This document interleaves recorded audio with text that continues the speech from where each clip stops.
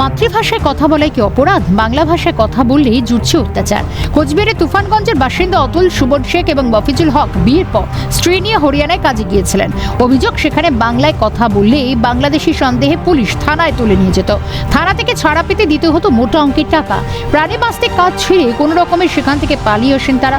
তুফানগঞ্জ থানার অন্তর্গত নাককাটি গাছ, বালাভূত, দেওচড়াই গ্রাম পঞ্চায়েতে প্রায় 200 পরিবার 1 দশকেরও বেশি সময় ধরে হরিয়ানায় কাজ করতেন। বর্তমানের পরিস্থিতিতে প্রায় 150 জন পরিযায়ী তুফানগঞ্জে নিজের বাড়িতে ফিরে আসেন। সবাই আমরা ভয়ে আতঙ্ক হয়ে গেছি। আতঙ্ক হওয়ার কারণে আমরা আসার ওখান থেকে 3 তারিখে গাড়ি লাগাইছি। লাগার পরে আমরা 103টা টিকিটে করছি গাড়ির ভেতরে। আচ্ছা, বাচ্চা কোচ্চা মিলে না হলেও 150 জন লোক আমরা গাড়িতে নিয়ে আসি। বাংলাদেশি লোক, রোহিঙ্গিয়া এগুলার ধরতে আসে। গাছে এদিকে ওদিক থেকে লোক তুলে নিয়ে যায়, আসামের লোক নিয়ে যায় মারধর করার পরে 2-1 দিন পরে বলে টাকা লাগবে সাথে। উত্তরপ্রদেশে কাজে গিয়ে আক্রান্ত শীতলকুচির এক পরিযায়ী শ্রমিক। অভিযোগ, বাংলাদেশি সন্দেহে পুলিশে তুলে নিয়ে গিয়ে অকথ্য অত্যাচার চালায় পরিযায়ী শ্রমিক মমিন মিয়ার ওপর। টাকা চাওয়ার অভিযোগ।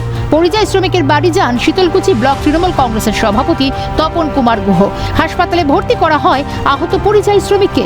তাকে দেখতে হাসপাতালে যান কোচবিহারের জেলা তৃণমূল সভাপতি।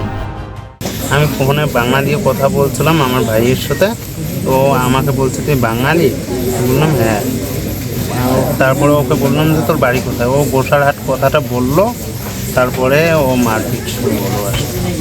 কর্মসংস্থানের যা সরকারি প্রকল্প আছে, 50 দিনের কাজের যে ঘোষণা মাননীয় মুখ্যমন্ত্রী করেছে, ওটা তো এই রাজ্যে 100 দিনের কাজে তুলে নিয়েছে। সেই প্রকল্পের মধ্যে আনা হবে। আমরা এই বিষয় নিয়ে কথা বলছি।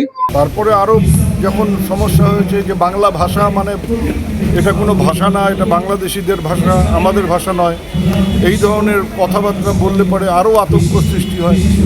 সেই আতঙ্কের ফলেও অনেকে ফিরে আসছে। আস্তে আস্তে সব জায়গাতেই যারা খবর সবে আসতে শুরু করেছে, কোথায় এসছে, এরা এসছেই গতকাল। এ বিষয়ে রাজ্য সরকারকে কটাক্ষ জেলা বিজেপির সহ সভাপতি। বাংলায় কোনো কাজের ব্যবস্থা নেই, বাংলায় কোনো কিছু নেই, বাংলাকে শ্মশান বানিয়েছে, বাংলাকে বন্ধা রাজ্যে পরিণত করে মুখ্যমন্ত্রীর এই ধরনের কথাবার্তা বলা যে লজ্জাহীনতার পরিচয়। আজকে মুখ্যমন্ত্রী এবং তৃণমূল কংগ্রেস আজকে ভাওতা মিথ্যাচারের মাধ্যম দিয়ে রাজনীতি করার চেষ্টা করছে। এটাই হচ্ছে আমাদের কথা। একের পর এক বাংলা শ্রমিকদের ওপর অত্যাচারের ছবি উঠে এসেছে। ভারতীয় বৈধ পরিচয়পত্র থাকার পরও কেন নির্মম অত্যাচার? কোচবিহার থেকে শশীকেশ রায় রিপোর্ট, ক্যালকাটা নিউজ।